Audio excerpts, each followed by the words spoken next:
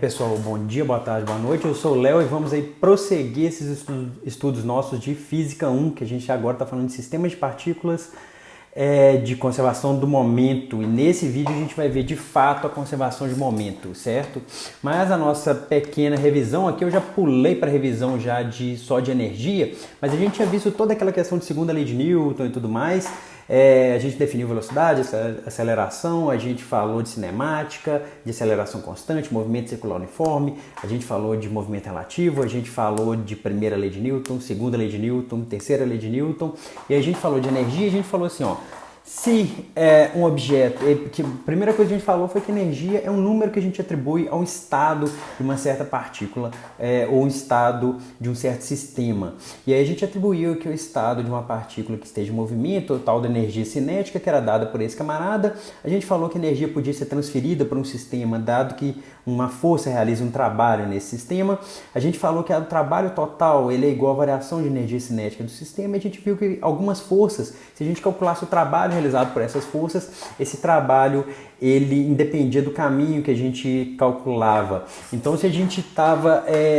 e aí, para essas forças, a gente chamava essas forças de forças conservativas e a gente poderia atribuir aí uma energia potencial a essas forças. E a gente calculou aí a energia potencial gravitacional, a energia potencial elástica, a gente definiu esse número que a gente chama de energia mecânica como sendo energia cinética mais energia potencial, e para sistemas isolados e forças conservativas, a gente viu aí a primeira lei de conservação desses vídeos nossos, que é a lei de conservação da energia mecânica. Para sistemas isolados, onde só forças conservativas internas atuam, a energia mecânica se conserva, certo? Isso é muito importante, isso vai ser importante para a gente vai voltar nessa lei de conservação de energia nesse vídeo aqui ainda. Essa energia ela fica sempre constante? Não, se houver, não necessariamente. Se houver, por exemplo, força externa realizando trabalho sobre o sistema, esse trabalho ele pode se resultar em uma variação de energia mecânica, mas também uma dissipação de energia, por exemplo, se o sistema não estiver isolado. Então, se o sistema não estiver isolado, a gente pode ter uma dissipação de energia que é dada por essa variação de energia térmica, onde para esses vídeos a gente assumiu que a energia interna não varia. E aí, depois a gente começou a falar assim, ó, tá, isso tudo a gente estudou para uma partícula. E se a gente tiver um sistema de partículas? Para um sistema de partículas, a primeira coisa que a gente fez foi definir aqui a posição do centro de massa desse sistema de partículas. Então, se a gente tiver um sistema de partículas individuais, discretas, e a gente quer definir a posição do centro de massa desse sistema de partículas, ele é dado por esse camarada. Então, a gente tem aqui o x do centro de massa, o y do centro de massa e o z do centro de massa. É uma média temporada da posição, sendo que a ponderação é feita pela massa de cada partícula, certo? Para corpos maciços, a gente tinha que fazer essa integral, isso aqui a gente só mencionou. A segunda lei de Newton para o sistema de partículas é dada por essa equação azul aqui, ó. A força externa resultante atuando no meu sistema de partículas, isso vai ser igual a massa total vezes a aceleração do centro de massa. Isso a gente discutiu aquele exemplo do martelo e tudo mais. E depois a gente definiu esse tal do momento linear, ou quantidade de movimento. Esse momento linear é dado pela massa da partícula vezes a velocidade da partícula. A gente já discutiu isso em outros vídeos, a gente vai voltar nisso agora nesse vídeo aqui agora. De forma que para um sistema de partículas, essa segunda lei de Newton, que está aqui de azul, ela pode ser escrita dessa forma aqui. Então a força externa, a força externa resultante que atua no sistema de partículas, isso é igual à taxa com que o momento total, o momento linear total varia no tempo, certo? E a gente viu que se houver variação de momento, a gente definiu essa quantidade aqui que chama impulso no último vídeo. Mas isso aqui vai ser importante para a gente nesse vídeo, ó. Essa equação que está aqui em rosa vai ser importante nesse vídeo aqui. A força externa resultante que atua no sistema, isso é igual à taxa de variação do momento no tempo. Então vamos ver, por exemplo, esse problema aqui, ó. Esse vai ser o problema que a gente vai tratar agora. Um problema de colisão unidimensional, certo? Qual força externa que atua aqui? Vamos supor que isso aqui está acontecendo numa mesa que a gente está olhando de cima. Então vamos esquecer a ação gravitacional, né, nessas duas partículas. É tipo uma sinuca. Tem uma bolinha vindo e trombando com a outra aqui, tá certo? É isso. Então olha só, eu tenho aqui uma bolinha com velocidade inicial v1i, eu tenho a bolinha 2 com velocidade inicial v2i, elas vão se colidir e depois a gente quer saber qual que é a velocidade desses camaradas. Essas partículas elas podem interagir entre elas. Por exemplo, aqui, ó, nessa parte aqui de colisão, elas estão interagindo entre elas, certo? E aí, mas aí eu estou perguntando aqui, a pergunta é, qual força externa que atua nessa colisão? Existe alguma força externa atuando aqui? Não tem força externa atuando nessa colisão aqui. A única força as únicas forças que estão atuando nesse problema de colisão aqui são forças internas, certo? E a gente viu no outro vídeo que forças internas elas se anulam em pares por conta da terceira lei de Newton. E alguém está perguntando assim, para que estudar colisão? A pessoa pode pensar no estudo de colisões, até para quem é perito e tudo mais, tem que estudar a questão de colisões, porque isso acontece muito no dia a dia do trânsito. Mas, por exemplo, no LHC, eu vou deixar para vocês procurarem, eu vou deixar linkado o vídeo na descrição, mas o LHC é o colisor, o grande colisor de hadrons, e é o maior microscópio, a maior máquina já construída pelo ser humano. O que essa máquina faz é colidir partículas subatômicas para estudar os componentes da matéria. E isso é muito importante, tanto para o conhecimento humano e até para produzir tecnologia, isso acaba sendo importante também. Mas eu prezo muito isso, o conhecimento humano ele traz coisas interessantes para o progresso até da sociedade. Certo? Então vou deixar linkado para quem quiser ver. Essa questão de colisões entre partículas é um problema bem interessante, tanto em física fundamental quanto até em física aplicada, quando a gente vai estudar espalhamento de luz, por exemplo, ou de um microscópio, para a gente tentar observar superfícies e observar materiais. Isso acaba sendo importante até para a gente caracterizar materiais. Mas vou deixar isso aí só passando para a galera ir pensando. E eu falei, mas esqueci da pergunta, né? Qual força externa que está atuando nessa colisão aqui? Não tem força externa atuando nessa colisão. E aí eu vou voltar para aquela simulação que a gente já viu aqui. Eu tenho aqui um sistema de partículas, certo? Aqui está o centro de massa. Então o centro de massa aqui. Tem um sistema de partículas. Eu vou iniciar aqui. Mas eu pergunto para vocês, qual força externa que está atuando nesse sistema de partículas aqui? Qual força externa que está atuando? E aí eu quero que vocês, de repente, vocês dêem uma olhada para esse vetor rosa aqui, o vetor momento total, certo?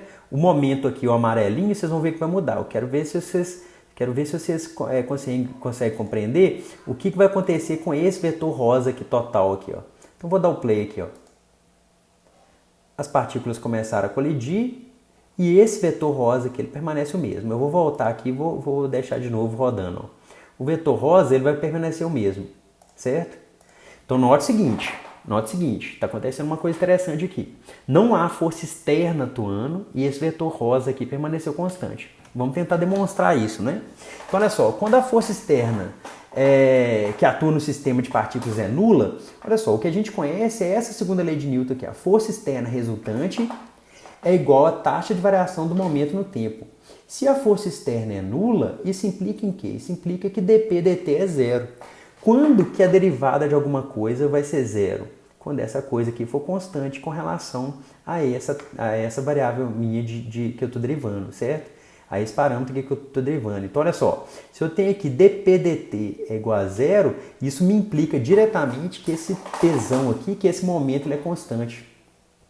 Esse resultado é muito importante. Então, olha só, se a força resultante externa que está atuando no sistema de partículas é nula, isso implica diretamente que o momento total ele é constante. O momento total ele é constante nos casos onde a força externa é nula. Então, para esses casos, a gente tem que a variação do momento é nula. Se a variação do momento é nula, isso significa que o momento final é igual ao momento inicial. E aí, se vocês voltarem para essa simulação aqui, vocês vão ver que, olha só, o momento inicial é essa seta rosa aqui, ó. Apesar do momento de cada partícula mudar, vou até mudar aqui, ó, deixa esse camarada assim, ó. Então, o momento inicial é essa seta rosa. Na hora que eu clico aqui, ó, apesar do momento de cada partícula mudar, o momento total ele fica constante, tá certo? O momento total do sistema de partículas ele vai ficar constante.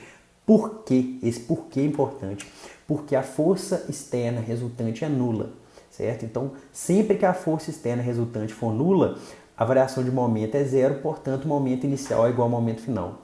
Então, olha só, se a força externa é nula, o momento se conserva. E aí, vamos lembrar da outra equação de conservação que a gente já viu nesses vídeos. Se o trabalho externo é nulo, não há dissipação de energia, isso é importante. Se o trabalho externo é nulo e não há dissipação de energia, a energia mecânica se conserva. Então, a gente tem duas leis de conservação aqui. A gente tem uma lei de conservação do momento, quando a força externa é nula, quando a força externa resultante é nula, o momento se conserva, e quando o trabalho externo é nulo e não há dissipação de energia, a energia mecânica também se conserva. A gente tem duas leis de conservação. E sempre que a gente encontra leis de conservação em física, isso traz coisas importantes para a gente, certo? Eu vou deixar linkado na descrição para quem quiser ir mais rigoroso nesse assunto. Esse é um assunto muito importante, porque a lei de conservação tem a ver com simetrias, tem a ver com o teorema da M-Nether, tem a ver com muita coisa interessante. Mas eu vou deixar isso só para questão de curiosidade, beleza? Então, exemplos aqui de conservação do momento linear. Todo problema de colisão para a gente aqui vai ser um problema onde há conservação de momento linear. Por quê? Porque não tem força externa agindo. Se não tem força externa agindo, todo problema de colisão vai ser um exemplo de conservação do momento linear. E a gente pode ter três tipos de colisões. A gente pode ter uma colisão elástica, onde o momento e a energia cinética se conservam. A gente pode ter uma colisão inelástica, onde o momento se conserva, só que há perda de energia, porque há algum tipo de dissipação. A gente pode ter uma colisão perfeitamente inelástica, onde o momento se conserva, mas há maior perda de energia, certo? De energia cinética. Essa colisão perfeitamente inelástica ela é caracterizada quando os dois corpos eles colidem e eles permanecem grudados depois da colisão. Vocês podem pensar um chiclete sendo jogado na parede ou sendo jogado uma bola de boliche, por exemplo. Aí é uma colisão perfeitamente inelástica. Alguns tipos de colisão de automóveis também acontece um tipo de colisão perfeitamente inelástica. Os carros eles mantêm grudados, inclusive é um tipo de colisão extremamente complicada e extremamente grave. Tá certo? Mas esses três tipos de colisão aqui são os tipos de colisão que a gente vai trabalhar. Espero que tenha dado para entender esse vídeo. Esse vídeo talvez também ficou um pouquinho mais curto. Espero que tenha dado para entender. Um grande abraço, espero que todo mundo esteja bem. Um grande abraço, falou, tchau!